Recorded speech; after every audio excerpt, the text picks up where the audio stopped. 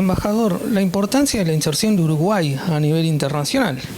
Gracias, ese fue el tema de debate. Yo participé aquí a título personal por invitación del Centro Económico de Desarrollo y acompañando al expositor principal Nicolás Albertoni, hablando de un tema que yo decía, a mi juicio, es fundamental en el sentido de evocaba yo que la inserción internacional del país está en el propio origen del Uruguay, inclusive antes de su origen como Estado independiente. Artigas en agosto de 1817, pensando en cómo quebrar el monopolio comercial que nos imponía España, planteando un acuerdo de libre comercio de la época, no estos actuales, para permitir la instalación de comerciantes británicos en el territorio de la provincia oriental, como forma de salir al mundo, de quebrar, de adquirir, yo no diría soberanía nacional porque el prócer no pensaba en esos términos, pero sí pensaba en términos de libertad y en términos de el comercio, de ver el comercio como un instrumento de lo que hoy diríamos un instrumento de desarrollo. Entonces, la inserción internacional está íncita en la propia historia del país. Este es solo un ejemplo. Lo que hablamos hoy de inserción es muy vinculado a la política exterior del país y celebramos, más allá de los detalles que algunos habremos de conocer, pero celebramos esto que puede llegar a ser un hito histórico en el sentido del acuerdo Unión Europea-Mercosur. Pero yo mencionaba que frente a lo que se nos viene, las grandes tendencias que ningún país habrá de evitar, de cambio climático, de crecimiento de la población, de revolución tecnológica, no lo podemos hacer aislado del mundo. Esto no quiere decir desproteger a nuestra industria ni a nuestros trabajadores, trabajadoras, pero sí crear las condiciones como para que estemos insertos en una economía que inevitablemente habrá de ser global.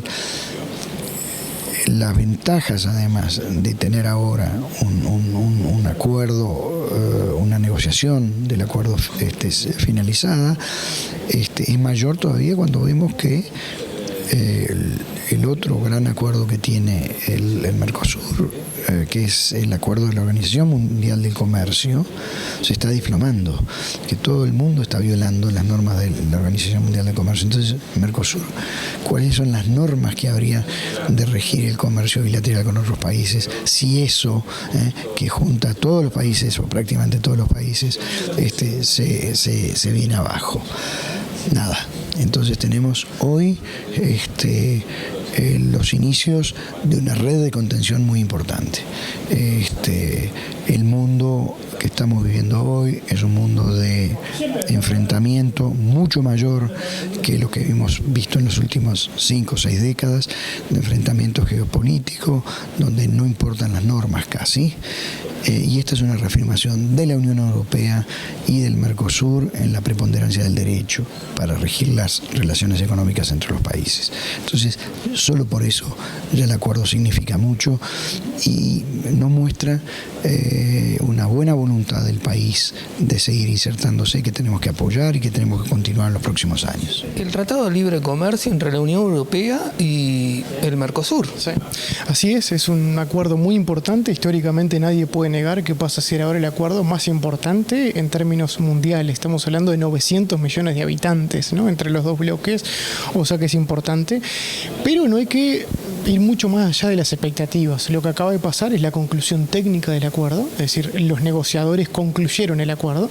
Ahora pasa toda la parte política, que eso puede durar tanto tiempo, los políticos quieren debatir. Entonces, para el interior del país, para el agro y para mucha gente que está viendo con expectativa, con razón este acuerdo, es bueno nivelar las expectativas, porque estamos hablando de que la temporalidad, como base, el mejor escenario, estaremos hablando de 1 año, 2 años, por un tema hasta de formalidades. De debate parlamentario para ratificar y que el acuerdo pase a ser realidad, porque nada se hace realidad hasta que no se ratifique por los parlamentos, eso puede pasar mucho tiempo. Entonces ahora en esta ola de la noticia que ha surgido, desde nuestra parte como analistas es moderar las expectativas. ¿Más tratados de libre comercio para Uruguay o o seguir en el mismo estilo que seguimos hasta ahora, siendo firmes con el Mercosur? Sí, es inevitable pensar que más acuerdos sería más positivo para Uruguay, ¿no? Un país con un mercado tan pequeño como el nuestro, que no quiera agrandar la torta, vamos a decir, de consumidores, sería ilógico. Es decir, somos 3 millones de habitantes, algunas industrias pueden vivir con el mercado interno, pero lo normal sería es que busquen salir hacia afuera. Ya muchas salen hacia afuera. El tema es que cuando salen hacia afuera se encuentran que tienen que pagar aranceles de entrada, porque no hay acuerdos comerciales. Entonces, la ganancia neta, como se dice, es lógica. El tema está en ver justamente, porque cuando uno abre los mercados, hay otros sectores que son más vulnerables. Yo tengo que dar y recibir algunas cosas. Entonces, ver de nivelar la negociación, de ver cómo ayuda a los que están más expuestos a esa competencia, pero contestando su respuesta en términos generales, a mayor apertura, más positivo para el país. Hoy se hablaba de la política de Estado. ¿Habría que tomarlo como política de Estado el relacionarse comercialmente con el resto del mundo? Sin duda. Incluso, a diferencia de otras políticas de Estado que se hablan, como la educación, la seguridad pública, este es un tema que incluso si se decide hacer política de Estado, sería menos conflictivo, porque esto no es como la educación que a veces es, bueno, empezamos por primaria, por secundaria, ¿dónde empezaría la reforma? Esto en definitiva el gran debate es abrirnos o no abrirnos, ¿no? Entonces, incluso en términos de consenso y búsqueda política, es un tema interesante para tratarlo, ¿no? ¿Qué nos depara de aquí en más con este Tratado de Libre Comercio y la posibilidad de abrir las puertas a Europa? Bueno, esperemos que se ratifique primero, pero yo creo que es muy positivo, incluso hasta del lado cualitativo, si se quiere. Va a abrir un debate en el país que va a ser muy sano, de por qué no somos competitivos en algunas cosas, pero con un acuerdo ya en marcha, ¿no? Es decir, cuando uno reclama competitividad en general, a veces como, bueno, será cierto lo que están diciendo, sabemos que somos poco competitivos, pero en relación a qué también. Pero cuando hay un acuerdo y a mí se me dificulta entrar a un mercado internacional existiendo un acuerdo, es porque el problema es doméstico. Entonces, ahí va a estar interesante el debate, porque increpa a los gobiernos y también ayuda a los gobiernos a focalizar la política pública. Algunas áreas sociales como el PIT-CNT reclaman el hecho de que se lo hubiera informado anteriormente y que hubieran participado de esta negociación.